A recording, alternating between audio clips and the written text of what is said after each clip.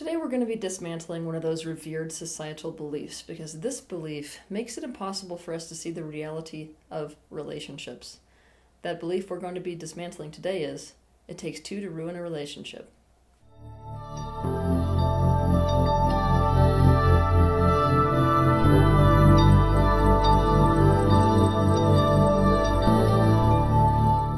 One of the most common things you'll hear when you go to see a relationship counselor or when you have a breakup is, well, it takes two. What this essentially means is that it's assumed automatically that both people in a relationship are to blame for the destruction of their relationship, or both people hold some kind of responsibility for why a relationship falls apart.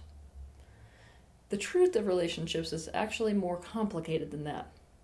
The truth is, it can be both people who hold responsibility when it comes to the destruction of a relationship. But it only actually takes one to ruin a relationship. The real truth is, it takes two to make a relationship work. I am afraid by exposing this truth that people are going to use this information to absolve themselves of any responsibility relative to the destruction of their relationship and, of course, use it to place blame on the other party. However, I have to take that risk because knowing this information makes it so that you can understand why it is so incredibly important to step up to the plate when it comes to your relationship, to fully commit and to take responsibility for your part in it. Otherwise, quite frankly, your relationships are doomed.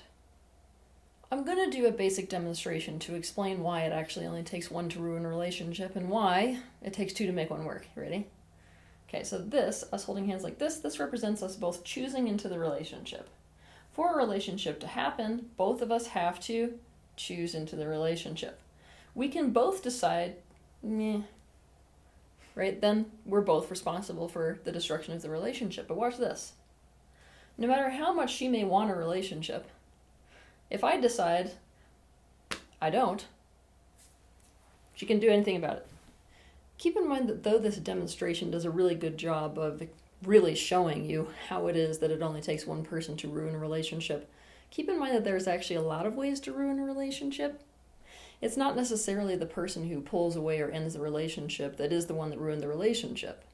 It is possible for a person to ruin a relationship and so the other person at face value ends it. To illustrate this point even further, let's take the common phrase, it takes two to tango, and use the example of tango. If I take two tango dancers, both of them have to commit to dancing with the other, and each needs to do their personal best in order for them to dance the tango. This is a metaphor for it takes two to make a relationship work. If one of them keeps sitting down for a breather in the middle of the dance and the other keeps tripping their partner, the tango is a bad tango, and both parties are ruining it. This is a metaphor for it can be two people who both do their part in ruining a relationship. But if one of them decides to keep sitting down in the middle of the dance or walks off the dance floor or becomes emotionally abusive, but the other person is committed and is doing their personal best, the tango dance is ruined. This is a metaphor for it takes one to ruin a relationship. This truth makes us feel really, really uncomfortable. Why does it make us so uncomfortable? Because let's just be honest, not many of us trust other people. And when we find out that in a relationship we are essentially partially at the mercy of the other person, we feel totally powerless and out of control. Essentially, this makes us feel like we're doomed to be hurt in relationships. We would like to think that if we're knowledgeable enough and committed enough and good enough that we can control our entire relationship. We imagine that we can think in a way and behave in a way and change ourselves so that no matter what our partner does or doesn't do, we can create a successful relationship. We can make up for our partner's issues and we can make our relationship work ourselves. But I'm sorry to break it to you, this is a complete illusion. This is like saying it's possible to dance the tango alone, or to do a good tango regardless of what your partner is doing or not doing. You may have relationships in your life where both of you do your part to ruin the relationship. You may also have single-handedly ruined relationships or had other people single-handedly ruin them with you. But the thing is that we are still standing on this truth that it takes two, and two people both have to be aligned in terms of doing their best to make that relationship work for a relationship to work. When we're standing here looking at that truth, it puts us in a choice point. Knowing this, you can become avoidant of relationships because it's too terrible to know that no matter how much you may want to make a relationship work, you can't if the other person isn't on board. Or you can decide that you're going to be one of those people who takes a powerful stand for relationship. When you do this, you're choosing to be that tango dancer who is dedicated and committed to each dance and who keeps learning more about how to succeed and become better and better at the dance, and who puts forth their personal best. Making the decision to make a powerful stand for relationship means the following. It means understanding that you cannot control what the other person does or doesn't do in a relationship. It means that you know you can't commit to relationship for them, and you can't compensate for their part of a relationship. It means knowing that what you do have is influence. Everything you think, say, and do affects the other person. It impacts the quality of that relationship dance that you are doing together. It means knowing that even though you don't have control over the entire relationship, you do have control over one thing in any relationship, your part of it. Your part in a relationship is you. And so being one half of the relationship, you need to bring your personal best. You need to take total responsibility for you in the relationship.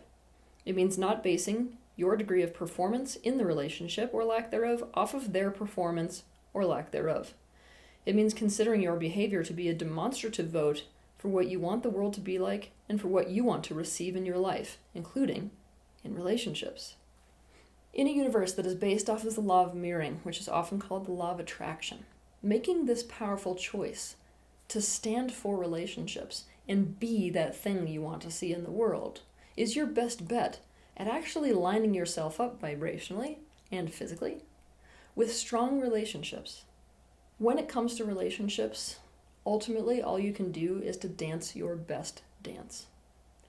And dancing your best dance also implies being brave enough to open up to another person dancing that dance with you. A dance where you are not 100% in control of the whole thing. If you do this at the end of the day, no matter how painful a relationship or breakup might end up being, you can live with yourself because you are the person you want to be and you are the person you would want to be in a relationship with. Just ask yourself before you make this mean that you should be committed and stay in a relationship no matter what the other person does or doesn't do.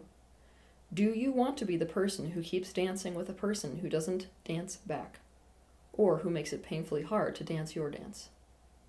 Because you are half of the relationship, it's a really good idea whenever you get into relationship issues to ask yourself what part is yours in that conflict, in that problem, or what your part might be.